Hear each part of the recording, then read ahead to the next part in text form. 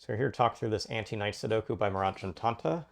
I was a little surprised at how hard the testers found this puzzle, because I think if you're very used to looking for the anti-knight constraints, there's a whole lot of ways the digits just flow super quickly when you do that. For instance, one thing at the start, let's even just say you start in the upper left and start with the first digit of 1. Your normal Sudoku scanning may find these cells, but if we sort of go further than that, this 1 sees both this cell and this cell by anti-knight.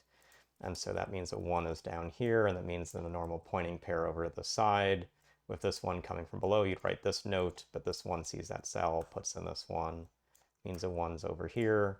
In the center of these two 1s gives us this 1, but that now eliminates one of the notes, puts in this digit, which gives us this digit, which gives us that we've got a 1 here. So basically all the 1s are now in notes or in the grid. Here's another place we can do something like that. We've got 2 3s with this 3 seeing the cell. So this is the last cell over here for a 3. This 3 sees not just this, but also these. This 3 sees this. And so now in this corner, there's only one spot for a 3. It's not obvious that it's that constrained, but it is that constrained. So this 3 is known for sure. Means over here there's a 3, but this 3 sees these cells. So this is a 3, this is a 1, this is a 1.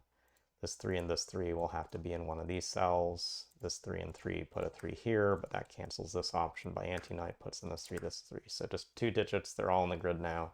That's sort of how quickly the anti-knight can work. See these two 5s, so I'm thinking about a 5 in the middle, but this 5 sees that cell, this 5 sees that cell, so it's the last cell for a 5. Coming down below, this is the last cell that's not seen by this 5, including the knight's move.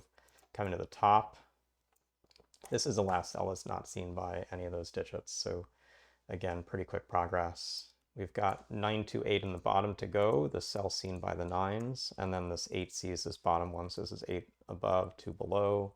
This is now 4 7 to finish this space. The 9 coming up here, this last space for 9 in that box, this last space for 8 6 in the box, 7 coming in here. Again, to anti-knight, put 7 above, 4 below, 4 6 here, but anti-knight, 4 above. I got 2 4s now in the center rows. This is seen by a knight's move, so 4 is over here.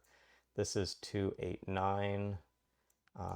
This cell is seen by an 8. Actually, the last place for an 8 in this whole box is over here, just based off those rules around it. This 8 puts in an 8 here. It's an 8 in one of these cells, an 8 in one of these cells, but this 8 sees it by a knight's move, so this is an 8, this is an 8, this is an 8. Again, you get all of the givens very fast.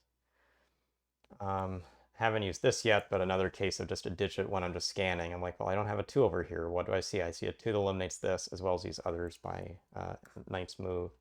So that comes down here. This 2 actually eliminates these as well, so this box has this as the last space. That means this is the 2 here, this is a 2 here, this is a 2 here, this is a 2 here, just last digits. Quickly forced by everything around it. This box still needs a 5. This 5 and this 5 cancel all those cells, so this is a 5. Means there's a 5 somewhere over here. This 5 and this 5 leave just these options for this 5, so 5's actually in that space. 9 comes in here, we have 6 7 to go. That means this is 4 and 5. 4 has to be on the left, 5 is here. That means one of these cells is a 4, one of these cells is a 4. This row is finished with a 6, 6 and 6, last space for a 6. This column needs 6 and 7. The 6 moves 7 here, 6 here, puts a 6 over in the spot, 6 above, with 4 being moved.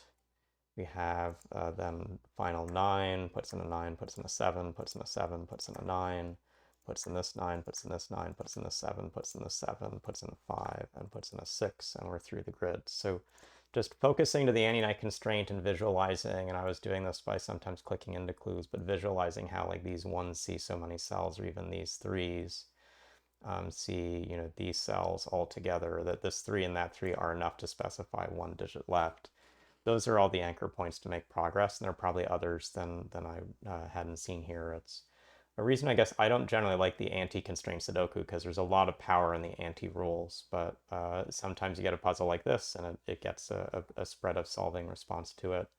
This puzzle solves as a different kind of anti-style, which you'll see later on as we release the second grid for what this is. But thanks, Murat, for the puzzle. Thanks for watching this video. Hope you learned something about using the knight's rule to its full effect, and we'll see you again soon.